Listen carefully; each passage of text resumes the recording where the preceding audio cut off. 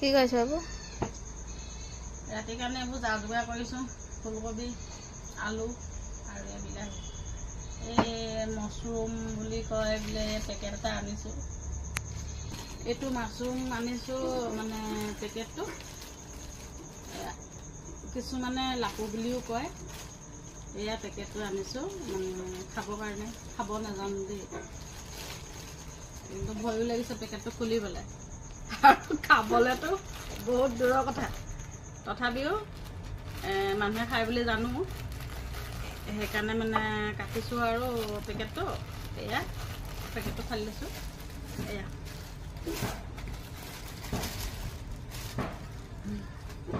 যাৰ পৰা কিনিছোঁ মানে এইটো এটা কোম্পানী আৰু এইটো এটা কোম্পানীটো চাই মানে ভয় লগা নাই খাবলৈ। তেওঁলোকে মানে খেতি কৰে, এয়া বিকিছে। এয়া মানে সৰু সৰুকৈ কাটিম, এয়া কটাৰী লৈ লৈছোঁ।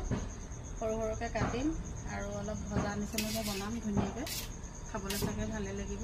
মই খাই পোৱা নাই আগতো, এয়া আজি প্ৰথমবাৰ খাব লৈছোঁ। খোৱাৰ পাছত আৰু কাইলৈ যদি আৰু কি হয় পলাই জানিব আৰু। তাৰপিছত এয়া হৈ গ'ল কাচকল। মা বোলে হাগা ঢিলা হৈছে, মা বোলে খুব লেট্ৰিন পাইছে। মানে এইটো ঔষধজাতীয় বস্তু কাচকল। কি বুলি কয়, মানুহে কয় কাচকল খালে বোলে এই লেট্ৰিনটো বোলে টাইট হয়। সেইকাৰণে দৰৱৰ সলনি এই কাচকলকে দুটা লৈ আহিছোঁ। এই কাচকলটো পাতলা পাতলাকৈ কাটিম, কাটি পেলাই একদম ধুনীয়াকৈ ফ্ৰাই কৰি দিম আৰু এই লাকুটো বনাম। বনোৱাৰ পাছত এই ফুলকবিটো ভাবিছোঁ ইয়াতে দিম নে এক্সট্ৰাকৈ বনাওঁ, এইবোৰ চিন্তা কৰিব লাগিব কেনেকৈ বনাওঁ। লাহে লাহে আৰু ৰেডি কৰি আছোঁ। আজি ৰাতি এনেকৈ খাম বুলি ভাবিছোঁ। ৰাতি এনেকৈ বনাম। বাকীখিনি মই আপোনাক দেখুৱাইছোঁ বাৰু।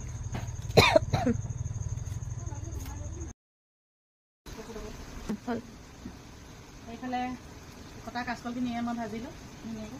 ভাজি লোৱাৰ পাছত এয়া ভাত ৰেডি। তাৰপিছত এয়া ফুলকবি আলু ভাজি আছোঁ।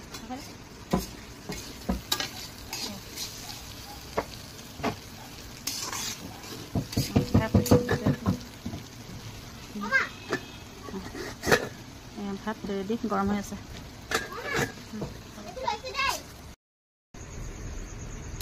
এয়া আমি ভাত খাবলৈ ৰেডি হৈছোঁ।